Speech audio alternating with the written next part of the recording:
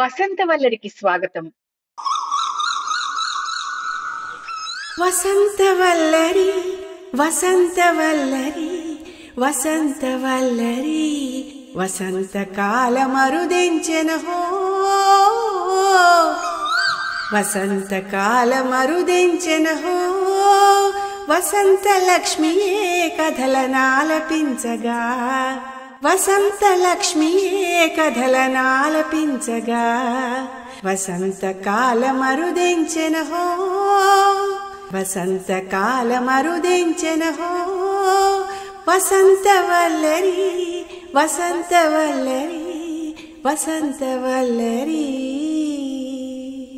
ఇవాల్టి వసంతవల్లరిలో శ్రీమతి కొండేపూడి నిర్మల గారు రచించిన కథ ప్రేమ జిల్లాలు వింటారు.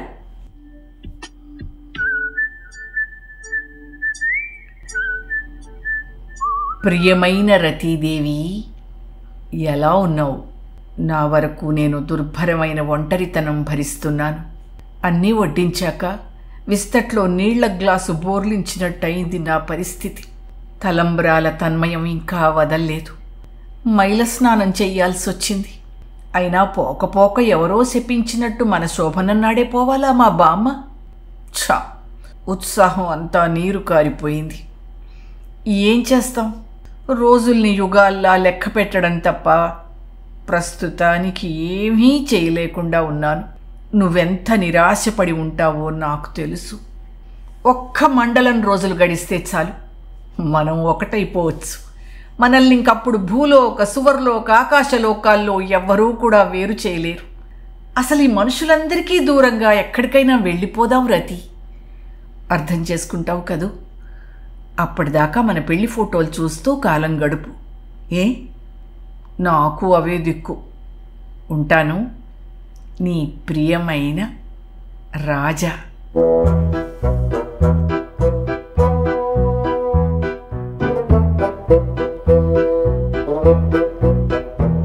ప్రియాతి ప్రియమైన శ్రీవారికి. బావుండక ఏం చేస్తాను?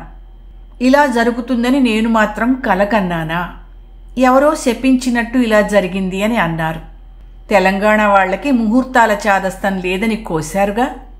ఆవిడుండగానే పెళ్లి చెయ్యాలని మీరంతా పట్టుపట్టారు కాబట్టి మా వాళ్ళు నానా తంటాలు పడి అప్పో సొప్పో చేసి శుభకార్యం జరిపించారు. ఆ మాత్రం దానికి అందరిలాగే మీరలా అనడం బాలేదు. ఆవిడ ముందు నుంచి మంచం పట్టి ఉన్నది నిజమే కదా. సరేలేండి, పడ్డవాళ్ళెప్పుడు చెడ్డవాళ్ళు కాదు అంటారు.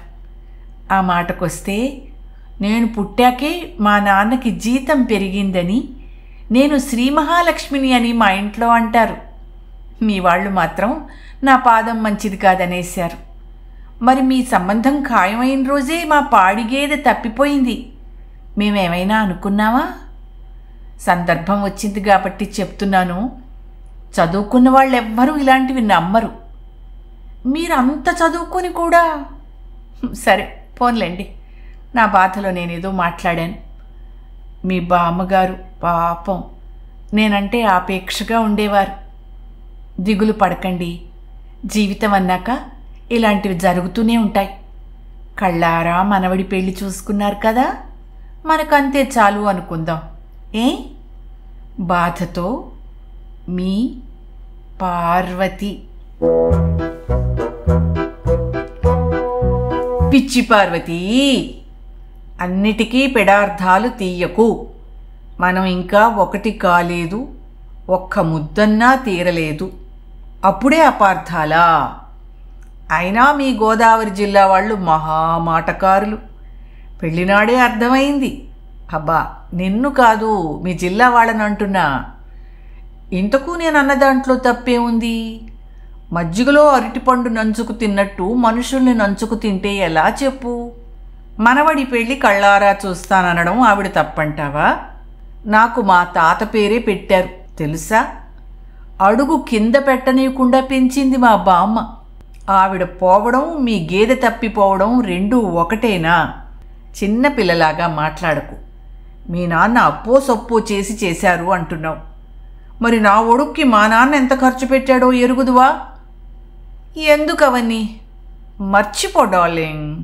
మనం సుఖపడ్డానికే కదా ఖర్చు పెట్టుకునేది. కాస్త ప్రశాంతంగా ఆలోచించు. ఇట్లు నీ రాజా.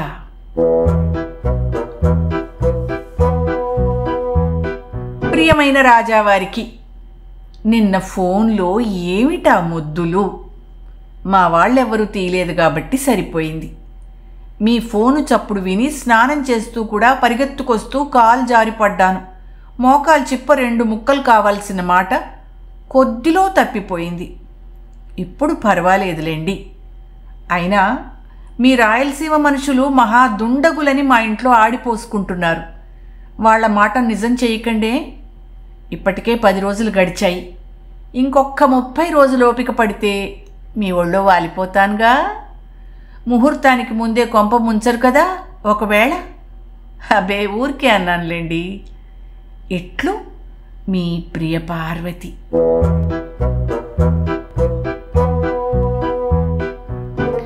పరమ దుర్మార్గపు పారు, నీ ఉత్తరం చదివితే నాకు చాలా ఆశ్చర్యం అనిపించింది. రాయలసీమ గురించి నీకేమి తెలుసునని అలా అంటున్నావు? మీ వాళ్ళేదో తెలియకంటే మటుకు మా ఇంటి కోడలుగా నువ్వు ఖండించాలా వద్దా? రాయలసీమ అంటే రతనాల సీమ అని చెప్పు. ఇతర జిల్లాలు తినబట్టి అది రాళ్లసీమగా మారిందని చెప్పు. సరేనా? అది సరే గాని, నిన్న ఆఫీస్ నుంచి వస్తుంటే ఒక షోరూంలో బొమ్మకు కట్టిన చీర చూశాను. గులాబీ రంగు. ఆ చీర నీకైతే ఎంత బాగుంటుందో ఊహిస్తూ నించుండిపోతే ట్రాఫిక్ జామ్ అయిపోయి చుట్టుపక్కల వాళ్ళంతా చివాట్లు పెట్టారు. ఏం చేయమంటావు చెప్పు? కాలం ఇలా నత్తనడక నడుస్తోంది ఏమిటి డార్లింగ్? ఇంతకు తొందరంతా నాకేనా? దేవి గారికి ఏమీ ఉన్నట్టు లేదే. ఎట్లు నీ దాసాను దాసుడు, పేరుకి రాజా.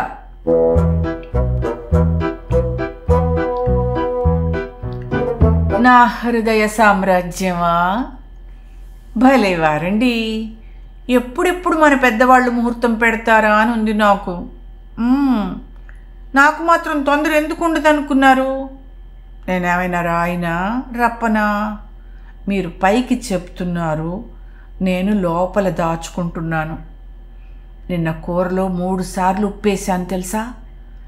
గుడికి వెడుతుంటే మీ పోలికల్లో ఎవరో కనిపిస్తేను కళ్ళార్పకుండా చూశాను.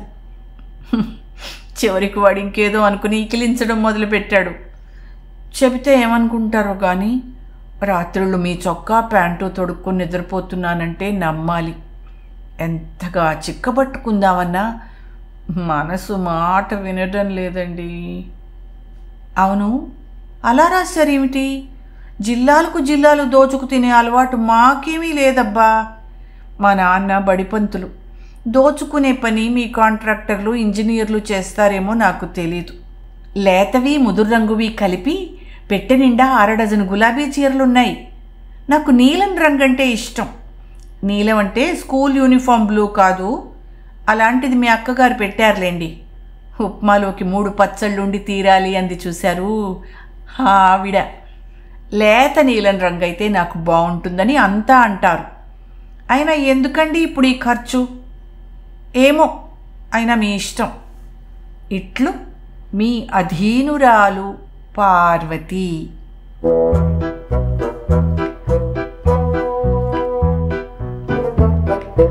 రతీదేవి, నిన్న కల్లోకి వచ్చేసావు. గులాబీ రంగు చీర కట్టుకున్నావు.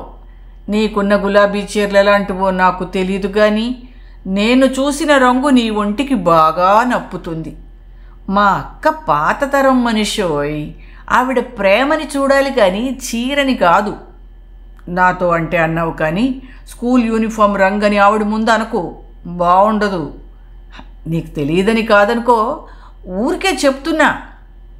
నా గుండు మీద జుట్టు నారుమడిలా మొలుస్తోంది. శోభనన్నాటికి క్రాఫింగుకి రెడీ. పెళ్ళింట్లో కర్మకాండలు చెయ్యకూడదని సత్రంలో జరుపుతున్నారు. మమ అనిపించుకుని నేను ఆఫీస్కి వెళ్ళిపోతున్నాను.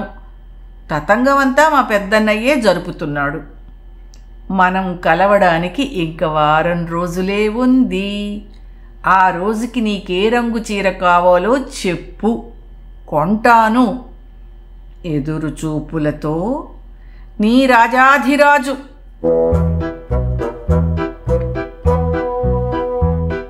ప్రియమైన నా రాజాధిరాజు, ఎంత పల్లెటూరు దాన్నైనా ఎవరితో ఏమనకూడదో నాకు బాగా తెలుసు. ప్రేమతో మీరేం కొనిపెట్టినా సంతోషంగా కట్టుకుంటాను. అవును, మా వాళ్ళు ఆ రాత్రికి పూల జడ వేస్తానంటున్నారు. వేయించుకోనా? ఇది మల్లెపూల సీజన్ కాదు, చామంతి పూలతో వేస్తారట. మరి ఇష్టమేనా? మళ్ళీ జిల్లా పేరు పెట్టి వెక్కిరిస్తారా? నాకైతే నాజూగ్గా కనకాంబరాలు కానీ సన్నజాజులు కానీ పెట్టుకుంటే సరిపోతుంది అనిపిస్తోంది. ఏ విషయం తొందరగా చెప్పండి. మీ జిల్లా వాళ్ళకి మళ్ళీ పూల ముడి వేసుకోమంటే మాత్రం నా వల్ల కాదు. పెళ్లిలో మీ అత్త కూతురో ఎవరో వేసుకున్నారు చూడండి, గేదెలు వెంటపడేలా ఉందని మా వాళ్ళంతా ఒకటే నవ్వులు.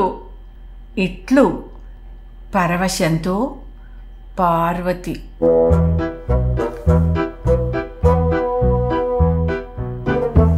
దూరాభారమైన ఓ పర్వతీ, ఎలా ఉంది ఈ పిలుపు? నాకు ఈ మధ్య కవిత్వం వచ్చేస్తోందోయ్. శరీరం వశంలో లేదంటే నమ్ముతావా? మందు నీ దగ్గరే ఉంది, రోగి ఇక్కడ పడున్నాడు. ఇదేమైనా న్యాయమా చెప్పు?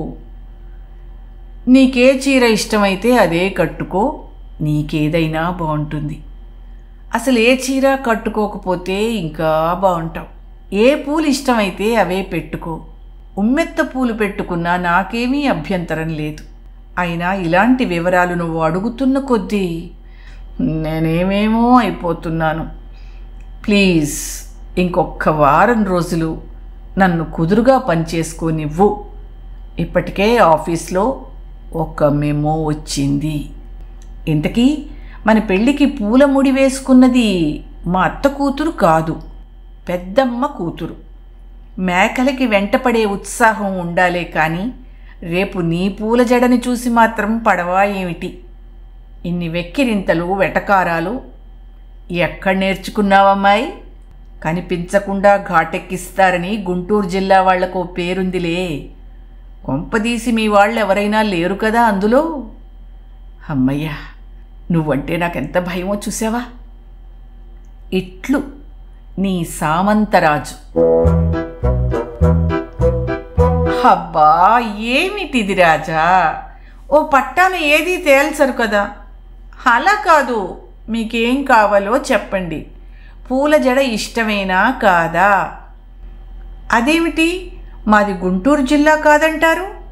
మా నాన్నది గోదావరి జిల్లా కావచ్చు, కానీ అమ్మది గుంటూరే. నేను చదువుకున్నది అమ్మమ్మ దగ్గరే కదా. గుంటూరు వాళ్ళు కల్లా కపటం తెలియని వాళ్ళండి. కారం మాదిరిగా మాట్లాడతారే కానీ మనస్సు మంచిది. నిన్న మీ పిన్నిగారట ఎవరో బెంగుళూరు నుంచి వచ్చింది. వెడుతూ వెడుతూ కొబ్బరి బోండాం చేతిలో పెట్టి వెళ్ళింది. ఆవిడ ఏ జిల్లా మనిషో నాకు తెలియదు. మనం కొత్త పెళ్లి కూతురికి పళ్ళు తాంబూలం ఇస్తాం, జాకెట్టు ముక్క పెడతాం. అంతేగాని ఇదేమిటో మరి వింతగా ఉంది అని మా వాళ్ళంతా అనుకుంటే నేనే సర్ది చెప్పాను. ఒక్క నిమిషం, అక్క ఇంటి ముందు ముగ్గులు పెట్టడానికి పిలుస్తోంది. మీ మైకంలో పడి నేను పుట్టింటి వాళ్ళని డబాయిస్తున్నానుట. రేపు మళ్ళీ రాస్తానే. మీ పార్వతి. ఇదెక్కడ న్యాయం పారు? జాకెట్కి ఎన్ని గుండీలు ఉంటాయో నాకేం తెలుసు? అంత మాత్రాన దూరం పెట్టేస్తావా?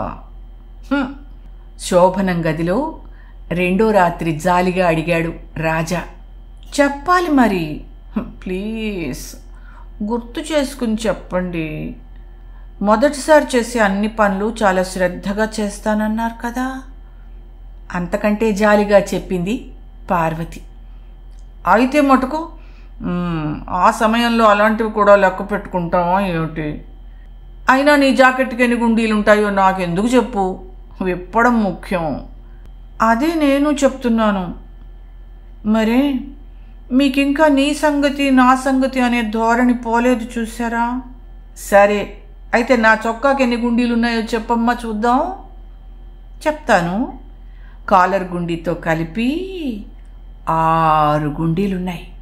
42 రోజుల పాటు మీ చొక్కా అత్యంత ప్రేమతో తొడుక్కుని నిద్రపోయాను కదా, అప్పుడు మీరు నా దగ్గర ఉన్నట్టే అనిపించింది. ప్యాంటుకి ఎన్ని బొత్తాలు ఉంటాయో కూడా తెలుసు. అబ్బా అదేలేండి, ఈ జిప్పులకి ముందు రోజుల్లో. పారు, నా వియోగం విషయం నీకేం తెలుసు చెప్పు. ఇదిగో ఈ గుండె లబ్ డబ్ లబ్ డబ్ అనడం లేదు, పార్వతి రతి తీ అంటోంది. ఇదిగో కావాలంటే ఒక్కసారి నా గుండె మీద చెవి పెట్టి విను. హబ్బా మీ వేషాలన్నీ నాకు తెలుసు కానీ చెప్పండి, జాకెట్కి ఎన్ని గుండీలు? అణువణువు తెలిసిపోయిందని కోశారుగా, చెప్పరేం మరి? అవునబ్బా అణువణువు తెలుసు, జాకెట్లతో పనేమిటి? పోనీ ఇప్పుడు లెక్క పెట్టి చెప్పనా? ఆహా అదేం కుదరదు, ముట్టుకోకుండానే చెప్పాలి. అబ్బా శోభనం రోజున ఇలాంటి పేచీలు ప్రపంచంలో ఎవరైనా పెడతారా పార్వతి? సరి అయిన జవాబు చెప్పగలిగిన వాళ్ళకి పూర్తి రాజ్యం ప్రకటిస్తాను. ఫోన్లే బతికించావు, అర్ధరాజ్యమే దిక్కనుకున్నాను. ఆహా పూర్తి రాజ్యమే ఇస్తాను. ఎంతకు తమరు చెప్పగలిగినప్పుడు కదా. పోనీ బ్రాసరీకి ఎన్ని హుక్కులుంటాయో చెప్పనా? అక్కర్లేదు, అంత మరీ ఎల్కేజీ జవాబులొద్దు, నేను అడిగింది చెప్పు చాలు. చెప్పనా? నీ టైలర్ గాడన్ని కుడితే అన్నీ, తిక్కగా అన్నాడు రాజా.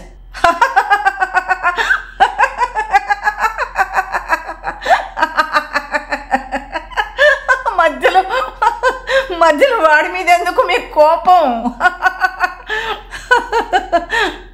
తల్లి నీ పాదాలకు నమస్కారం. తొందరగా చెప్పి పుణ్యం కట్టుకో. ఎదురుగుండా అద్దంలో నా మొహం నాకే షేక్స్పియర్లో విషాదంగా ఉంది. అవును, అన్నీ తెలిసిన మహాకవికి కూడా జాకెట్టుకి ఎన్ని గుండీలుంటాయో తెలీదు. చలానికి కూడా తెలిసి ఉండదు. అలా గుండీలే కాదు, గుండెలో ఏముందో కూడా. ఎంత పెద్ద రసికుడికైనా ఇలాంటి కీలక విషయాలు తెలియవులేండి. కారణం ఏమిటంటే అవి ముఖ్యమని అనుకోరు కనీసం. సరేలేండి నేను చెప్తాను వినండి. రాయలసీమ వాళ్ళకైతే మర్యాదగా 7 గుండీలుంటాయి. కృష్ణా జిల్లా వాళ్ళైతే 6 గుండీలు కుట్టినా ఊరుకుంటారు. ఇక తూర్పుగోదావరి జిల్లా వాళ్ళ 4 చాలంటారు. కావాలంటే పగ్గాలు వేసేందుకు ఒక ముడి ఉంటుంది. ఓరి నాయనో, మళ్ళీ జిల్లాల మాట ఎత్తావు. ఇంకా నిన్ను వదిలేయడానికి వీల్లేదు. ఇదిగో చూడు, ఇవాల్టి నుంచి మనిద్దరికి అసలు జిల్లాలే లేవు. అదేమిటి? అదంతే మరి. ఎందుకంటే మనం ఇప్పుడు ఉండాల్సిన జిల్లా పేరు ప్రేమ జిల్లాలు. ఈ జిల్లాకి గుండీలే కాదు, గుండీలు లెక్క పెట్టాల్సిన జాకెట్లు కానీ, చొక్కాలు కానీ, ప్యాంట్లు కానీ, ప్యాంటీలు కానీ లేవు లేవు లేవు లేవు. ఇప్పుడు వాళ్ళిద్దరూ జిల్లాలు ఏర్పడక ముందు ఉన్న అందమైన ఆటవిక మానవుల్లా ఉన్నారు. పలకరించే ప్రయత్నాలేమీ చేయకండే.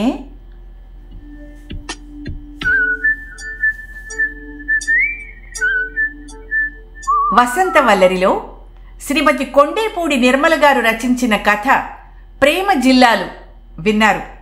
ఈ కథ విపుల మాసపత్రికలో 2007 ఆగస్టు 6 నాడు ప్రచురితమైంది. వసంతవల్లరిలో ఇవాల్టి కార్యక్రమం మీకు నచ్చిందని ఆశిస్తున్నాను.